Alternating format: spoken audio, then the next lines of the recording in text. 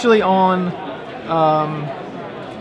Bant. This is Bant control for Dan Jordan. This is, I believe, Reed Duke's list. As you can see, there's a Thrag Tusk. It is not just blue-white flash. It is Bant control. Robbie Auchter on blue-red or black-red zombies, as we were just discussing, and it looks not far off from Wes Wise's list. It looks similar. It's a little different, but what I'm noticing is the we can compare the lack of burn here.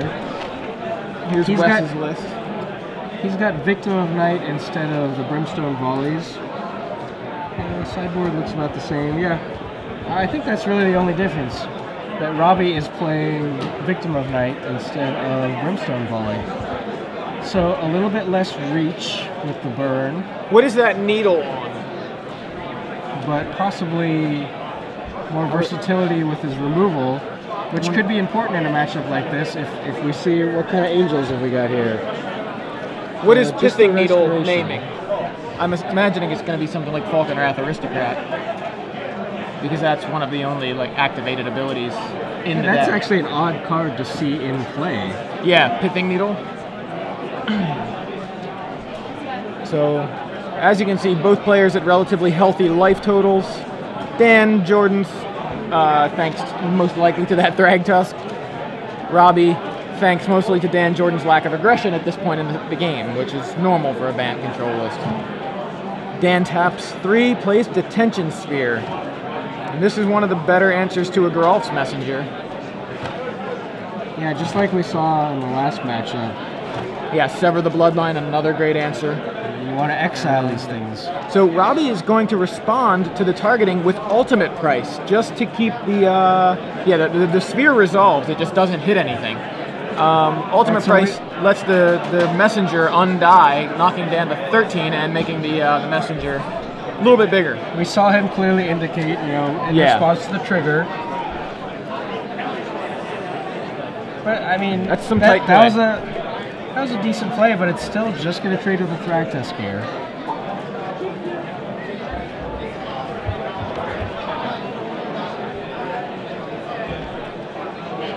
But nice heads-up play, though, just to keep his messenger around.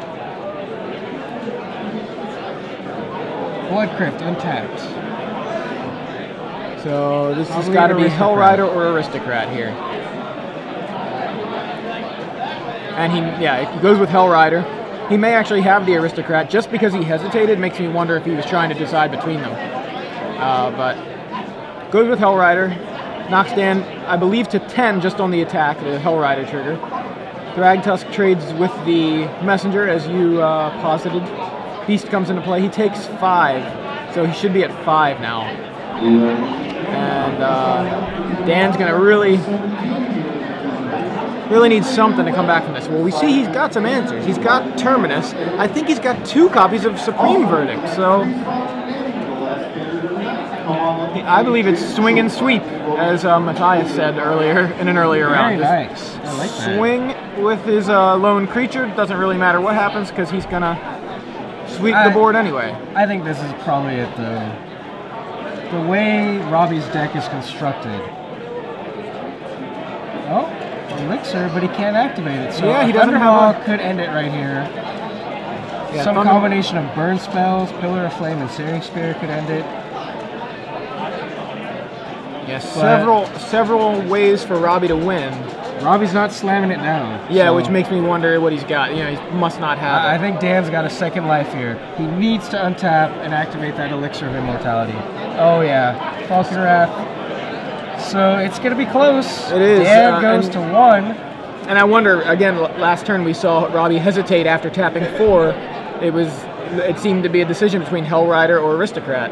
And sure, and the Hellrider was the correct choice. Yeah, because that point. He had the extra creatures. It was going to be more damage.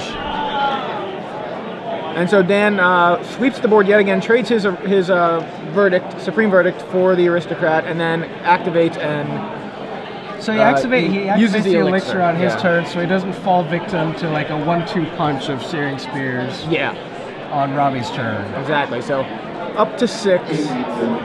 His hand, I believe, is Terminus. Couldn't quite see what else. Robbie taps 3, has a Geralf's Messenger, is going to knock down to 4 here. And just a Diregraph Ghoul. So sorry. For life.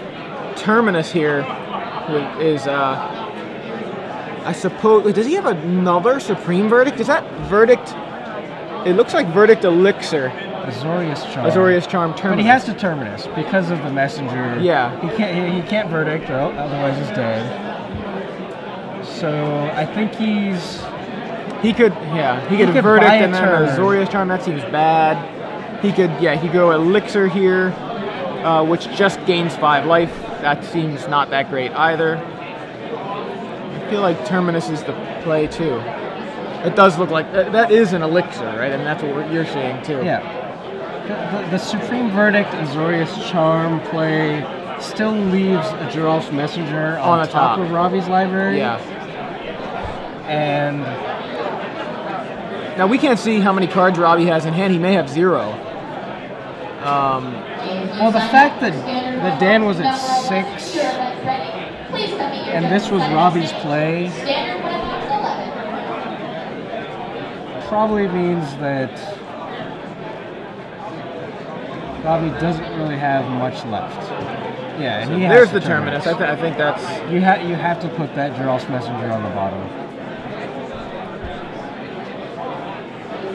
And he's kind of been sitting here in this position where he's afraid that if Robbie just goes land Hellkite, he'll be dead. But there's not much he can do. The Terminus play was really his only play there. Knight of Infamy, so Robbie still has some gas, and I think he still has cards in hand too. He does. And the Knight, notably, protection from Azorius Charm, so...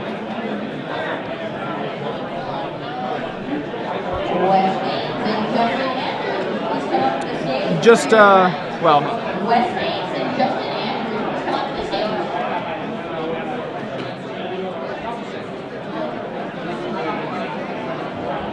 There's an Elixir from Dan. So Dan goes up to 9 here. And then he Farseeks. Plays Farseek.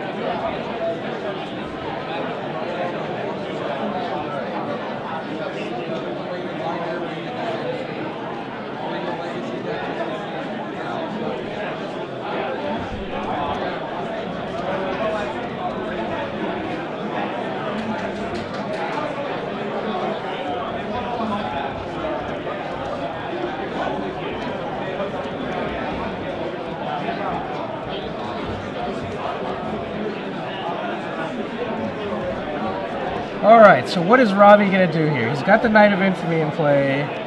He's sitting on 4 lands.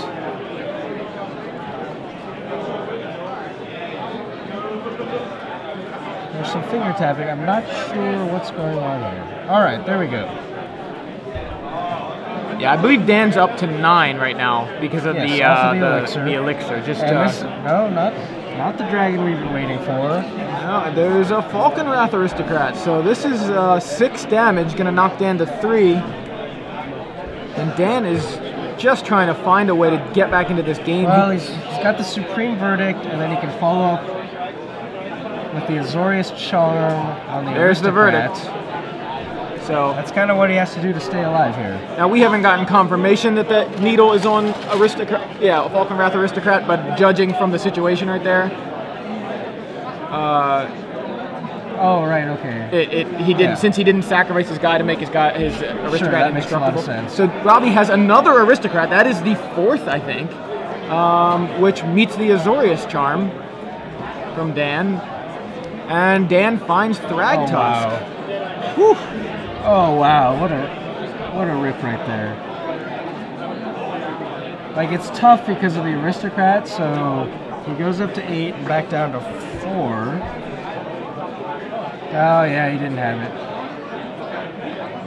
Yeah, because he put the Aristocrat back on top, Thragtusk only really bought him a turn. He needed to find another master removal spell there. So he should have been shouldn't he have been at 8 there? So he went up to 8 and then got